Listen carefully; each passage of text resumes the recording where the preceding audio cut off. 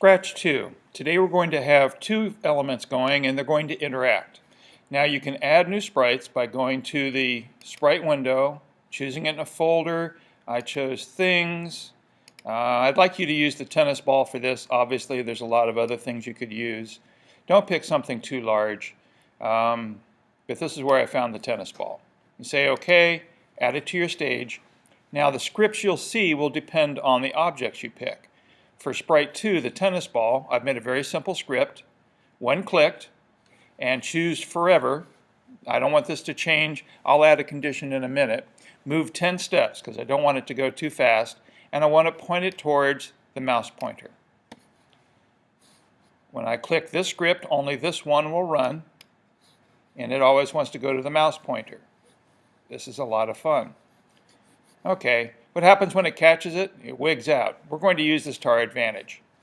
It's kind of a dumb game to just go around endlessly with no point. So instead, we're going to add another script.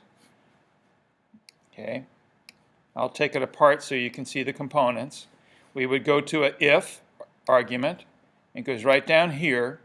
So it says keep moving. However, if this thing happens, and this is where we bring in sensing. That was one of the four I talked to you about earlier.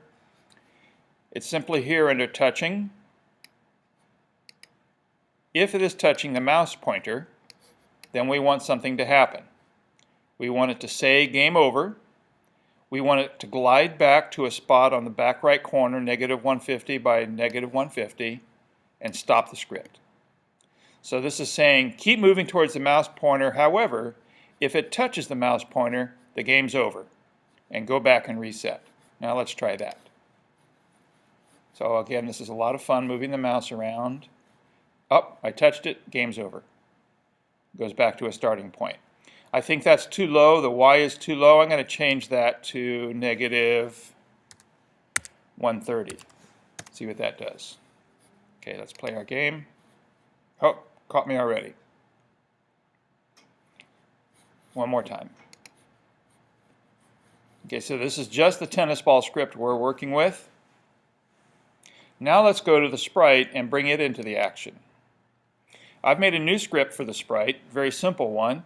When the flag is clicked, once again this is forever, you've got a complete logical argument here because it's got a closed loop. That's really what we ideally want to see.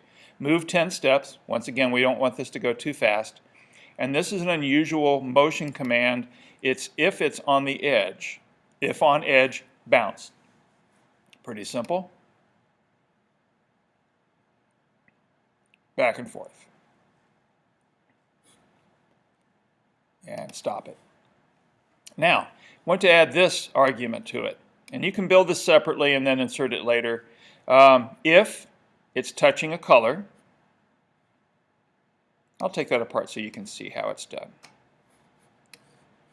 Okay, you bring up an if argument right here and a sensing term touching color.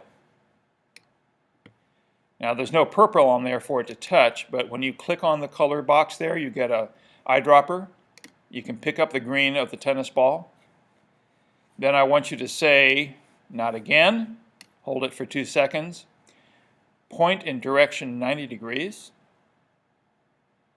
glide to 124.16, point in direction 90, so we want it facing right when it goes back, and then stop all. So that's what will happen if it's touching something.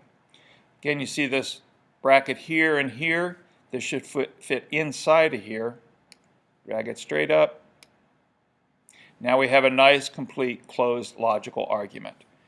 If we click the green flag, then forever, we want you to move 10 steps, and if you're on the edge, bounce. But if this condition is met, then say not again, point to the right, glide to this position. We don't really need point to the right here, do we? And then stop all.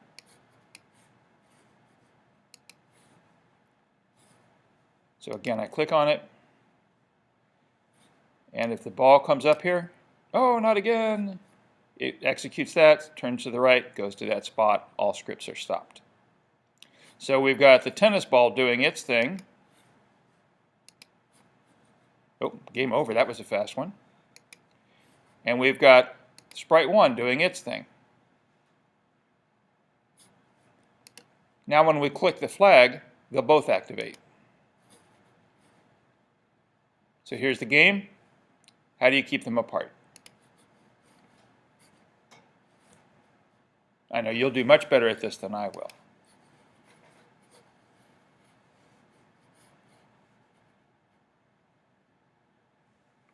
Okay, build that script. This is what you need to turn in, and then add your own variations to this. Be creative. It's just logic. Something doesn't work. If you want to save something, leave it off to the side. If you want to get rid of something, you just drag it back over to the scripts.